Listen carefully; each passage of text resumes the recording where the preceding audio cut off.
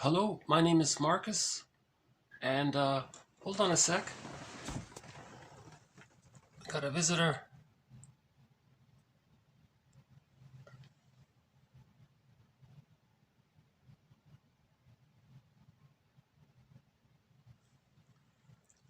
That's the baby one.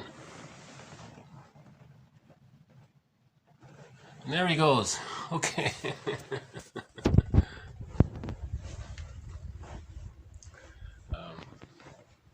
Well, it's a nice way to start a video, to have a visitor from the Blue Jay. We might get one or two more appearances in this video. Hello again, my name is Marcus. I'm the compiler of a collection of therapy quotes entitled Psychoanalytic Self-Awareness Quotes. This is TQ 570 to 573. TQ therapy quote number 570. Although they exist in the outside world, the objects are recreated from interior experience by the infant, internalized and identified as parts of his own being, labeled good or bad, and experienced from then on as centers of good or bad value. Coming to terms with good and bad objects comprises several major stages of a child's development. At first, an infant thinks each breast is really two, a good one and a bad one. Klein calls this the persecutory stage of development, structured on the child's feelings that the bad object is persecuting him. Some people never get past this stage of development, Klein says, and grow up with a vision of society as split into good and bad objects. Someone arrested at this stage of development can classify people as good and bad, us and them, in an unconscious effort to project outward the internal persecution he feels at the hands of the bad objects. A second major stage develops what Klein calls the depressive position. It occurs when a child discovers that what he thought were two separate breasts are really two aspects of the same reality. So this is an attempt to talk about Melanie Klein's theory of the defense mechanism of splitting. So we've had a number of quotes already up to this point on Melanie Klein's theory of the defense mechanism of splitting, which is that in the very beginning, because the baby's ego is undeveloped and because defense mechanisms are used to deal with anxiety, how does the little baby deal with the anxiety of the mother sometimes being loving, but then sometimes being frustrating or unavailable? So the theory is the baby creates images of his mother as the rejecting image and the satisfying image. Now in the very beginning, Klein says the baby's only relating to the breast. That's her theory. Later on, the baby realizes the mother is a full person, but in the very, very beginning, the baby just is relating primarily to the breast, right? So the baby creates images of his breast mother as good breast and bad breast, right? That's temporary.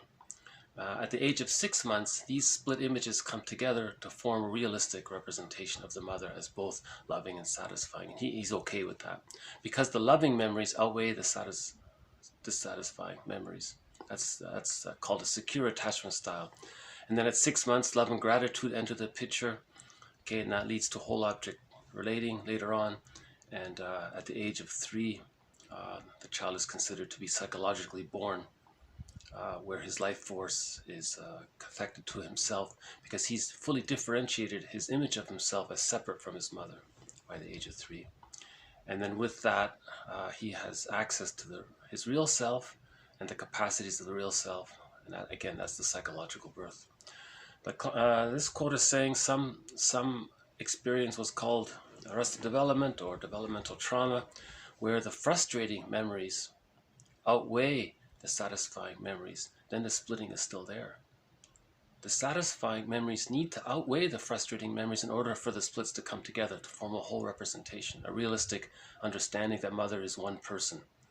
Prior to that, the baby temporarily creates two images of the mother to deal with the anxiety of the mother being good and bad. Right? But if the frustrating memories outweigh the satisfying memories, the splits can't come together, and the splitting is still there, and that's arrested development from the psychic perspective. Right? Now this quote adds a little bit to what Klein is saying. So what is this image that the baby creates of the good breast, bad breast? So now we're in the splitting position, right? That doesn't get resolved when there's arrested development.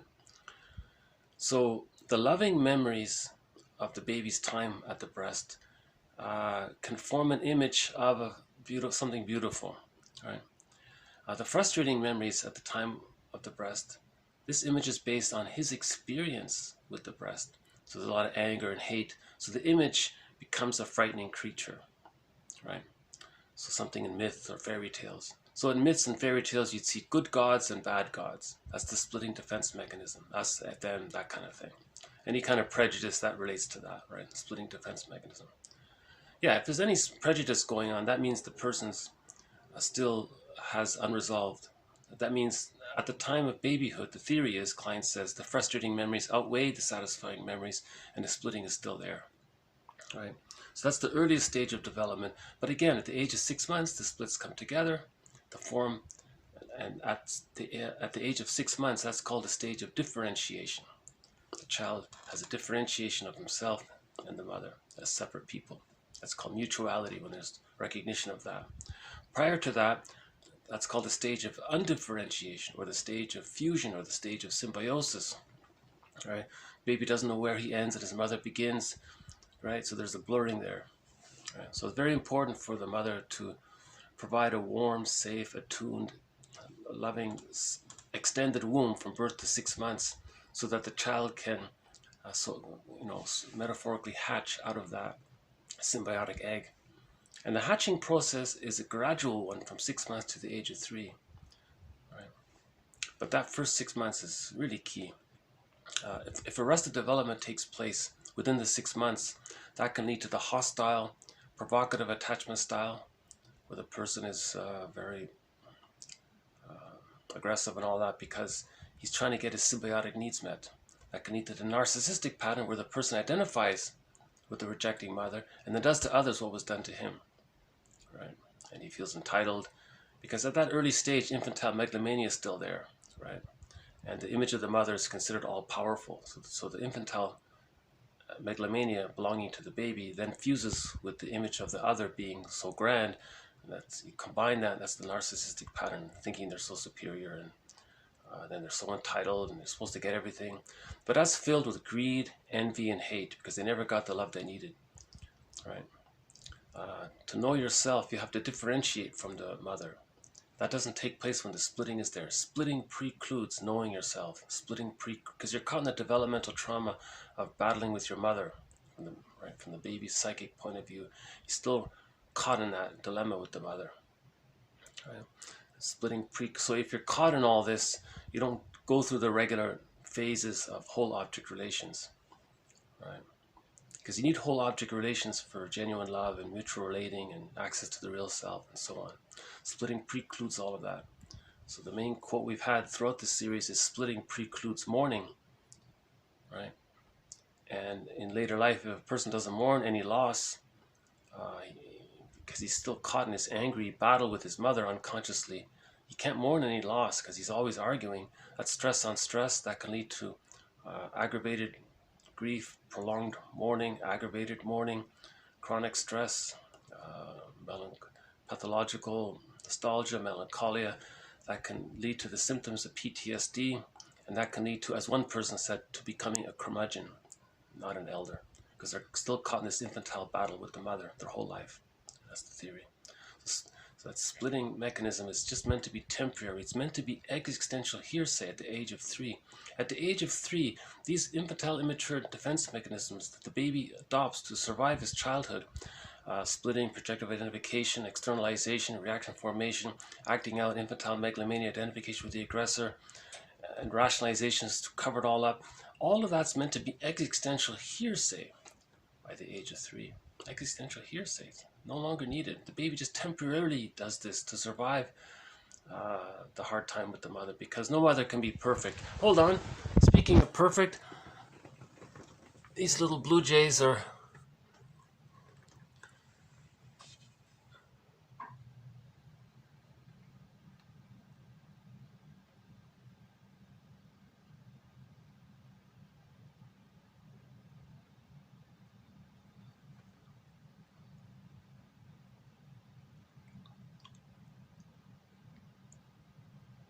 Oh, there's the little leap there. And there he goes.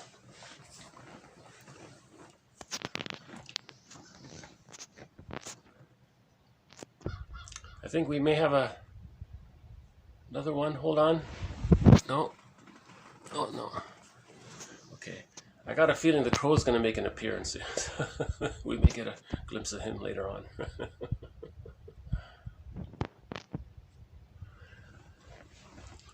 So, okay, back to the theory, Melanie Klein's theory. So Melanie Klein says a number of things. She has made a huge contribution. You know. Oh, hold on. Okay, that was a quick one.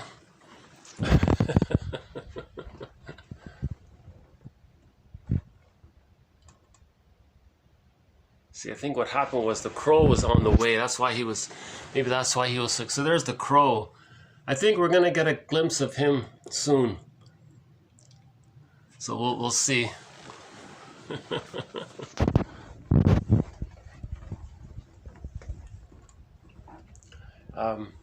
I hope you don't mind these little interruptions once in a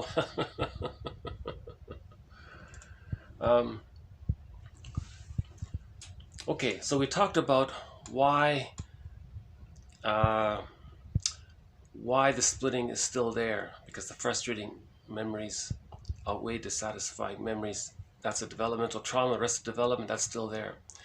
So now this frightening image of the other, and we also explained, is morphed because it's fused with the baby's experience with the bad breast, right? And so his impression or understanding of the bad breast is comprised of his vague image of it, but it's colored by so much of his feelings and his understanding of it. So that's the theory of myths and fairy tales, why there are frightening creatures. That's the bad breast, right? So that's the defense mechanism of splitting. Now, to preserve the split, okay, because in order to heal the splits, you would have to face those feelings to get to the point where the loving memories, love and understanding can outweigh and can, hold and accept the frustrating memories, right? To reach whole object relations, right? Remember in Arestia, the Furies became advisors because the protagonist faced his ambivalence towards his mother. He faced his anger towards his mother. Remember, in the myth, it's a metaphor. What it means is he faced his anger towards his mother, right? And in that myth, there was a court scene, and then Athena sided with Arestia. That meant that he was facing the ambivalence, and he could heal the splits, right? Someone said that should have been psychoanalysis. That should have been the founding myth for psychoanalysis, Arestia, because the boy discovered his anger towards his mother, and then could face the ambivalence to reach whole object relations. Right? So that's why it's so difficult for a person to just admit that the mother was refusing. Most people just deny it and say, "No, I don't know what you're talking about. My mother was an angel, all good. She makes the best food in the world," and all these things. Right? Puts her on a pedestal, and then any negative feelings towards the mother, okay, gets projected out, and that preserves the split. So there's the projecting of the rejecting image of the mother onto non-threatening substitute others. Then they see others as frightening and so on. Right? Now as an adult, they're going to express their anger towards the mother by proxies, by projecting the rejecting image of the mother onto non-threatening substitute other. But that's a secondary delusion, because all they're doing is preserving the split. Right? Healing is when you face the anger towards the mother. If you project the anger towards the mother onto whoever or whatever, onto society, onto the earth, or etc., you're all you're doing is you're in the. It means the splitting was very deep. It means the experience that the person it means when the person was a baby, he was very much, his needs were very much misattuned. He needed to be fed, and the mother said, no, you got to follow the schedule. So that hurt the baby. Baby wanted to sleep. No, time to wake up, and he wakes up. All of these scheduled, controlled things that some mothers do to their babies, that creates the splitting, right? And then using the bottle makes it difficult for the mother to be attuned to the baby. So many authors are saying breastfeeding is better because it helps the mother to be attuned, to know the baby's needs, and so on. So okay, so here's so again, this is meant to be resolved by the age of 3, but if there's arrested development, that still is there. Okay, and this quote is saying some people have arrested development there, and then they're projecting the rejecting image of the bad breast onto others, and that expresses itself by classifying people as me good, you bad, or this good, this bad. This kind of splitting defense mechanism, it's there, right? And there's where you get this us and them mentality and so on, right? In one movie, there was a sign that said us equals them. When you know who you are, we are each other. Like we're all the same. Like we're all humans. Like we just have some varieties of how we use our defense mechanisms to cope with the trauma of an insecure attachment style. That's what we all have in common. Oh, let's see if we can get a closer look of the blue jay here.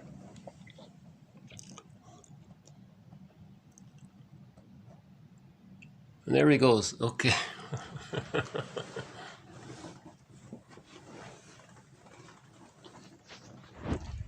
So I haven't seen the crow yet. And we haven't seen the fox in a long time. I'm kind of hoping we'll get an appearance by the fox. I think we've only had 2 appearances throughout this series of the fox, but he's still around.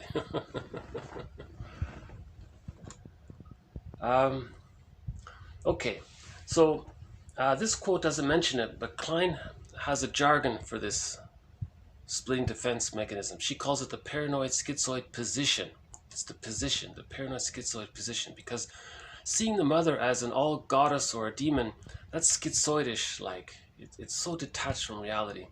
And then it's paranoidish like when you project the rejecting image of the frightening mother onto a non-threatening safe substitute other because you want to preserve the split. And then you see that safe thing as being a dangerous thing. So that's paranoidish like. So she's calling that the paranoid schizoid position. All right? Now, let's say the loving memories do outweigh the frustrating memories. Then at the age of 6 months, the splits start to come together and the child can hold the ambivalence. Now that's called the depressive position. That's the next phase of development. It's not depression as you normally think of it when you first hear that word. She just means it's depressive because in general, when a person hurts someone they love, they feel a little bad about it. So she's calling it the depressive position. And also, there's guilt enters, love and gratitude enter the picture at this point. And with that, guilt can enter the picture because if you hurt someone you love and you're grateful for that person's love and then you did something to hurt, you'd feel guilty, right? So there's appropriate guilt. And that's a human accomplishment to reach that stage called the depressive position using Klein's jargon, right? So remember, when the splits come together, that's when love and gratitude enter the psychological picture. When the splits are still there, that's all hate, envy, schadenfreude, negativity, solipsism, all these rationalizations, the splitting defense mechanism, this good, this bad, all of these, and then to use rationalizations, why you want to protect, why this is good and why this is going to protect the splits, right?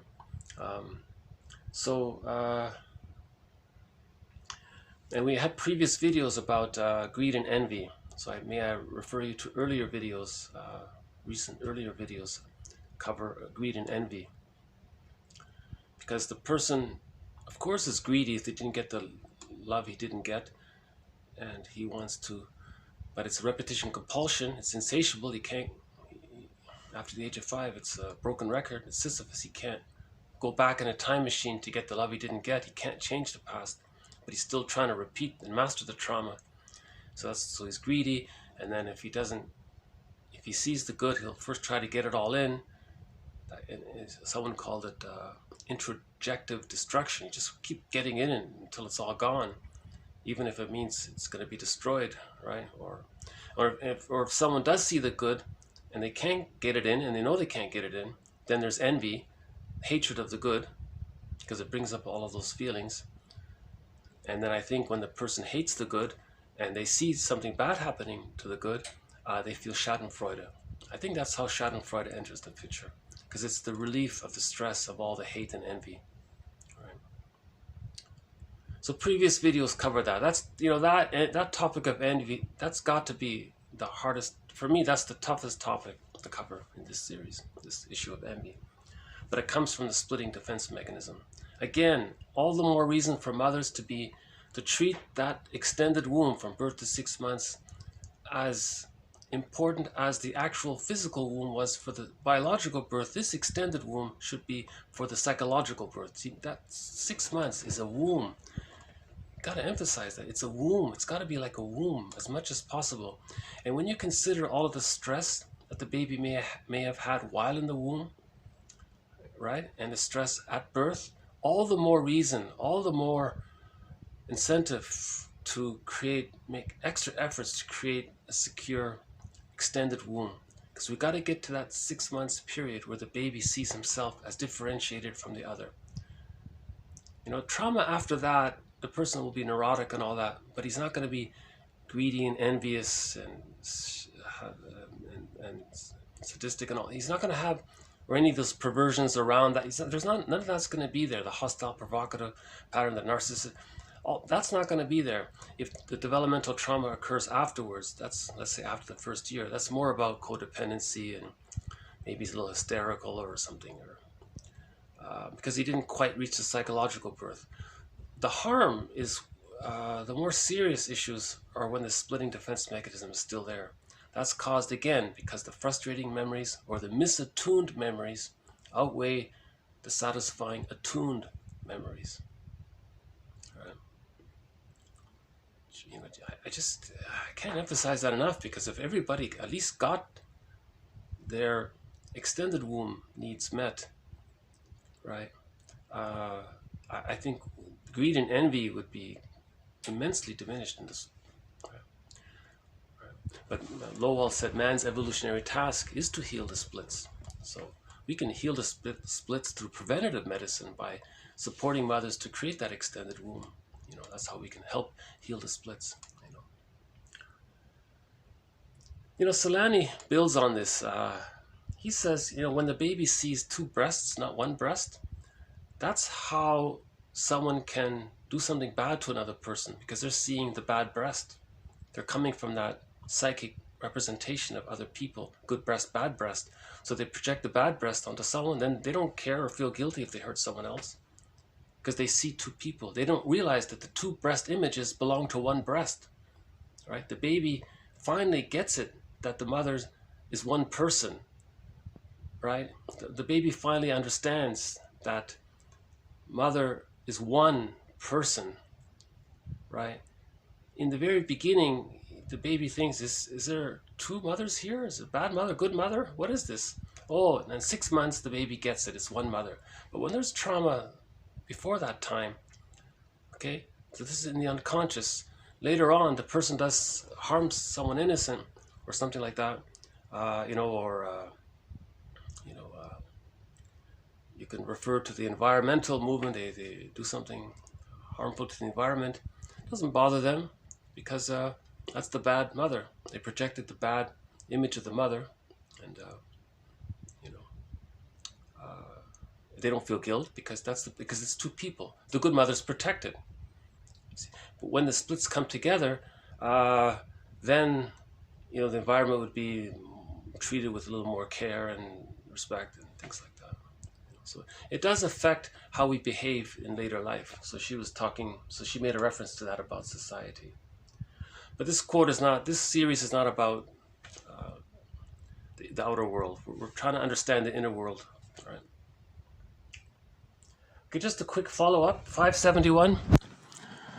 Klein saw splitting as one of the earliest defensive operations called into play by the immature ego in an attempt to cope with intense anxieties to which it was at times subjected.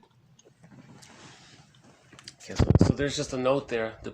Why the baby creates two images? Because his ego is too immature. That's why. But as he ages, his consciousness develops, and then he can see that his mother is one person who created the satisfying and frustrating experiences. So the baby gets that later on as his ego matures. It is worth considering.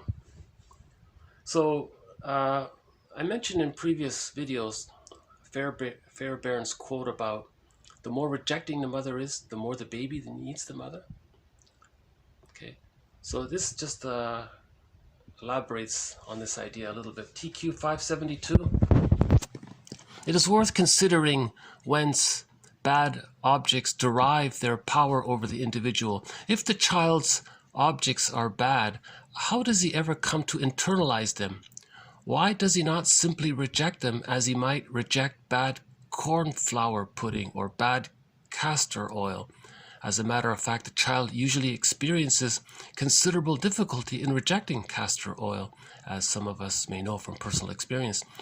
He would reject it if he could, but he is allowed no opportunity to do so. The same applies to his bad objects. However much he may want to reject them, he cannot get away from them. They force themselves onto him. He is accordingly compelled to internalize them in an effort to control them. But in attempting to control them in this way, he is internalizing objects which have yielded power over him in the external world. And these objects retain their prestige for power over him in the internal world. In a word, he is possessed by them as if by evil spirits. This is not all, however. The child not only internalizes his bad objects because they force themselves onto him and he seeks to control them, but also, and above all, because he needs them. If a child's parents are bad objects, he cannot reject them, even if they do not force themselves upon him, for he cannot do without them.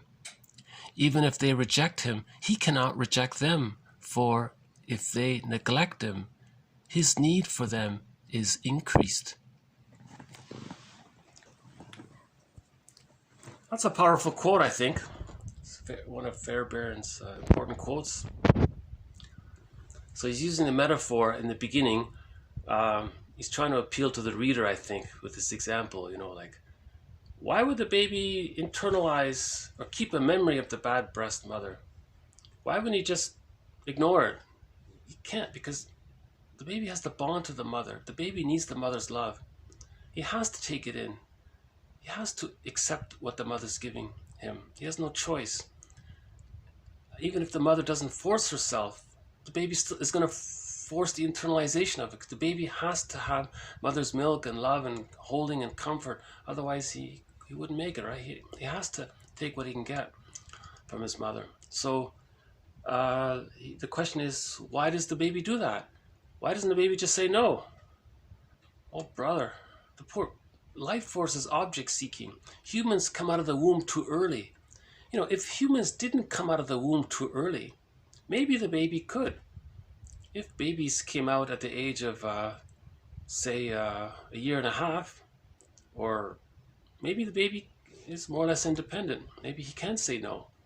He can be on his own, but he can't. That's not the reality. The reality is babies come out at around 9 months, roughly, and he needs that extended womb. He has to take it in. If the mother is rejecting, the baby has to internalize this rejecting object.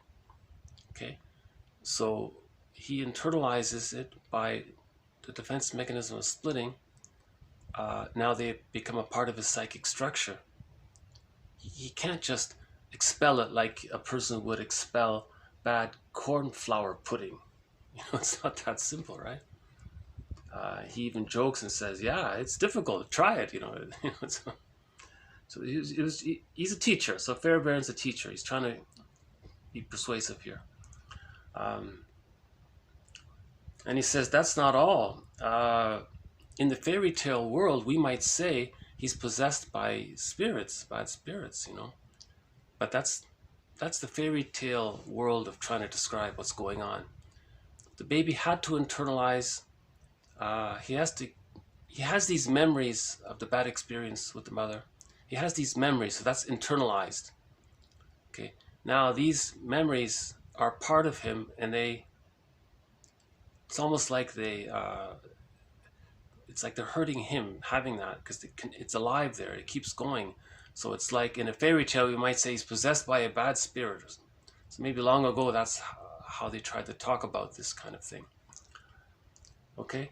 And then again, he emphasizes the more the rejecting the mother is, the more the baby needs the mother, the more he's going to reject the internalizing mother.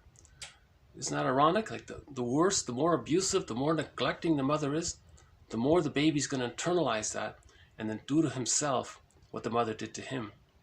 Now, if the person identifies with the rejecting image of the mother, that's the narcissistic pattern. They're going to do to others what happened to him to communicate what happened. He wants to communicate how rejecting his mother is. So if he rejects other people, he's trying to say, look how rejecting my mother was. If a person's cynical and sardonic and sarcastic and negative and says all these awful things, he's trying to say that his mother basically said those kinds of things to him. That's how rejecting and abusive his mother was to him. So he's doing it to others, what was done to him, to communicate what happened to him. Bergler calls that a negative magic gesture, trying to communicate what happened to him. That's called identification with the aggressor, and do it to others, and he's going to do to others what was done to him to communicate what happened to him. Now that's the psyche's attempt for the person to see, for the projector to see, for himself to know what happened to him, so he can begin the healing journey. But if he's not aware of it, he's going to be like Sisyphus, and he's going to keep repeating it. So that's the moral revolution, is to own your projections, to see what's happening, right? To see that that's a developmental trauma, to see the identification with the aggressive defense mechanism at work, so the person can then face the ambivalence to heal the splits. Right? So that's an important quote. Fairbairn is pretty much, Fairbairn and Melanie Klein are pretty much, I would say, the parents of object relations theory, And I would say Masterson is their golden child. He brought it forth, really, Masterson. And Masterson combined object relations theory with Margaret Mahler's developmental theory. And that combination Masterson calls the Masterson approach, which is good. We need a name for that. That's fine. I highly recommend anyone to read Masterson's books and to study his work. Yeah. A good place to start is he has one book that he presented for the public called The Search for the Real Self. It's a paperback, right? And then Celani does a good job explaining Fairbairn's theory. Celani, C-E-L-A-N-I. His book is called, he has two books. One is called The Illusion of Love, and the other one is called Fairbairn's Object Relations Theory. So we'll just end with a zinger by Semrad. I mentioned before Semrad had all of these little psychological zingers. He says, TQ 573, oh boy, it's expensive to be crazy. It's expensive to be neurotic. I had to change it because I don't want it to be taken out of context.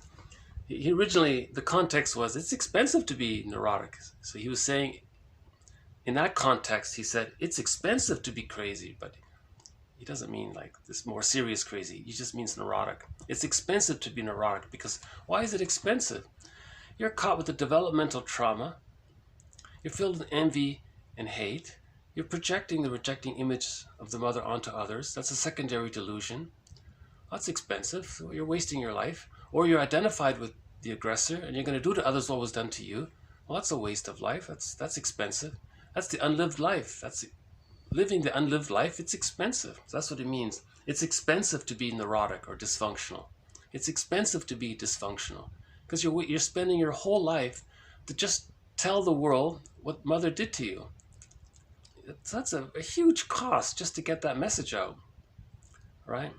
The father, maybe the person as a child had an absent father, or the father was, henpecked and didn't know what to do himself, So the person, so Bergler calls this the grand design, where a person might spend his whole life trying to rebel against his mother. That's his unconscious agenda. Yeah, so that's another important theorist in this series, Edmund Bergler's work. So these are the pillars of this series. Okay, Fairbairn, Klein, Margaret Mahler, Masterson, Bergler, and Karen Horney. Those are the our teachers, mentors in this series, and they offer a lot. There's a lot of understanding. I think they offer a lot of insights. And Lloyd Demas picks up on this. He says, "Oh boy, just heal that splits. Just offer the baby that extended womb from birth to 6 months, and then we can be okay. I think we're okay. You won't see all of this hate and envy and greed in the world. All of that comes from the defense mechanism of splitting. To heal envy, hate, and so on, okay, the splits have to come together. That's because the loving memories outweigh the satisfying memories. And when that happens, the child can internalize the love, and that becomes a part of a psychic structure called a holding interject, or the internalized good object. That's ontological security, basic trust. His life force is cathectic to himself. He can have access to his real self. When you have access to the real self, you get to know your individual wishes, your spontaneity, your creativity. A metaphor for that would be like a beautiful bird flying around. I think we saw the blue jay. No, I thought the blue jay was going to make an appearance. I thought I'd try to include him in this video. So a beautiful bird flying would be a metaphorical symbol of your feeling your feelings, your aliveness of affect, and you're connected to your real self. So that'd be like a beautiful bird flying, maybe. Okay, so we've had more on Melanie Klein's theory, as explained by the Ulanovs. They've done a lot of work trying to bridge psychoanalysis and the world of metaphor, psychological motifs in metaphor, and a psychoanalytic perspective. They've done a lot of work to try to bridge that. Okay, and Fairbairn's important quote, understanding. This Fairbairn quote, I can't help but mention this, reminds me of a self-help book that's in the bookstores that's very popular.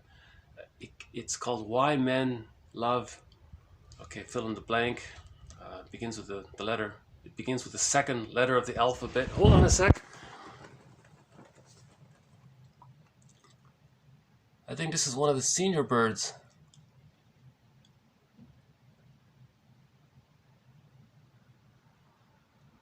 Okay, and there he goes. Okay.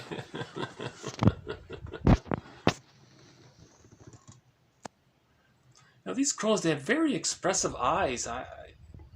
Someone said that crows have a form of, they have their form of awareness. It does seem like they're more aware than, I don't know, birds have some kind of, they're not as dumb as we think they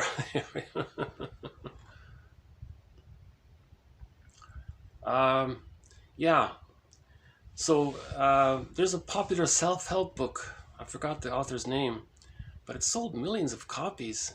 And I took a peek into the book, and I was curious why it was so popular. You know what the book is saying? It's an advice book for women on how to catch a man. The advice is, if you want to catch a man, be rejecting, tease, taunt, seduce, and then reject. And then repeat that cycle. And just keep doing it, and you'll have the man hooked in. That replicates the baby's need for the mother. the mother was sometimes available or promised to be available and then was rejecting. And the baby needed the mother more. Okay, so that dynamic was in that self-help book, saying to women, just do that, and you'll have the men needing you, and you can control the man like the mother wanted to control the baby, either consciously or unconsciously. I was kind of disappointed, to see that would be so popular, and the book even has a sequel, I think, or something. So, but what's the positive intention? That person, maybe, we're all looking for. Oh, hold on a sec.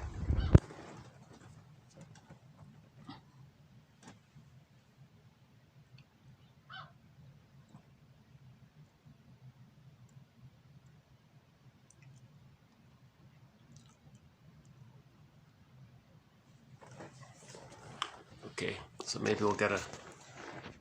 If he's about to make the jump, I'll go back to him.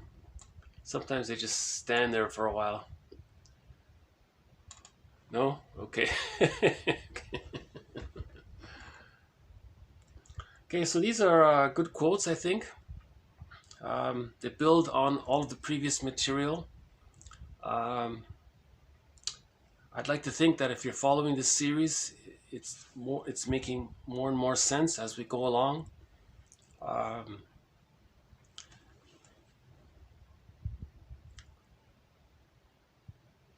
So man's main task is to give psychological birth to himself.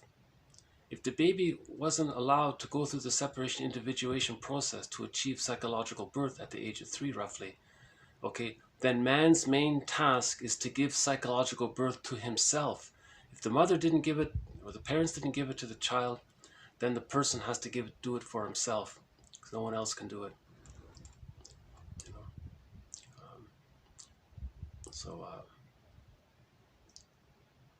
Man's main task is to give psychological birth to himself. How does one do that? You have to heal the memories of the frustrating experiences outweighing the satisfying experience. You have to face that. So part of that is to forgiveness of the other. Okay, so as we understand the other, that leads to. See, when you understand the other. So you can think about a lot of these quotes as an attempt to understand the other. You can try to understand the parents as well. So as you're understanding the parents, that's going to bring up emotions about what happened to the person, right? To the reader, to me, right? So as I understand what happened to my parents, it brought up feelings for me. Okay, so now I can start to face my ambivalence, right? And then and so on. And that's the working through process. So as we forgive the parents, we face our feelings, and that brings up the image of the self. You see, when you repair the other, you repair the self. They go hand in hand. One quote was, the willingness to be happy and forgiveness are simultaneous. Right. Hold on. No. Oh, he jumped, buddy. Jumped down. Sometimes the crows, they walk like ducks,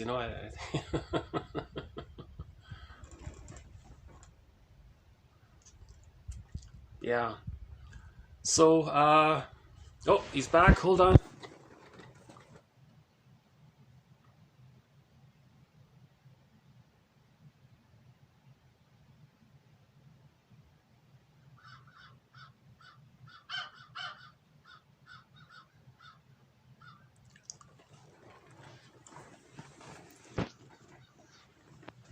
You got 2 pieces this time. So there's some kind of coordination going on amongst themselves. It's almost like they take turns or something, It's like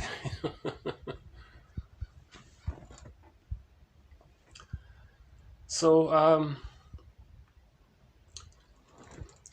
an earlier video made reference to the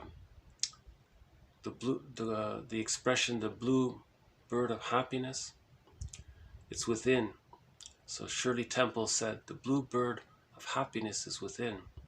So to find the blue bird of happiness, okay, I started using that expression when the blue jay first made their appearances back at the beginning of the series. When we heal the splits, finally, we forgive the other. That's differentiation. Okay, the parents, they were them. You have your life, you're you, but you feel that there's the psychic umbilical cord is to the self, not to the rejecting image of the mother. Robert Bly says, "Get the key out from under mother's pillow." That's what he's talking about. All right, that's his book, Iron John. A good book, by the way. Yeah. He has another good book called Sibling Society. That's also good. But all of his audio and is excellent. I highly recommend all of his audios. Very humorous, very smart guy, you know.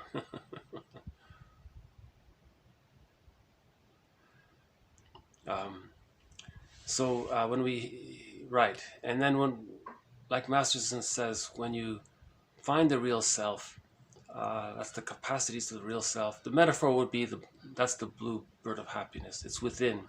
So the blue bird of happiness is connection to the real self.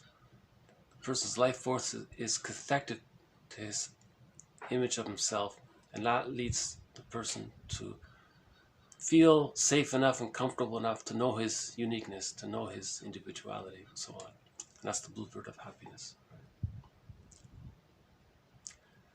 Okay. Okay, I don't see the blue jay, so I'll pause it here for today. So thank you very much. This has been TQ 570 to 573. More to follow. Thank you. Bye for now.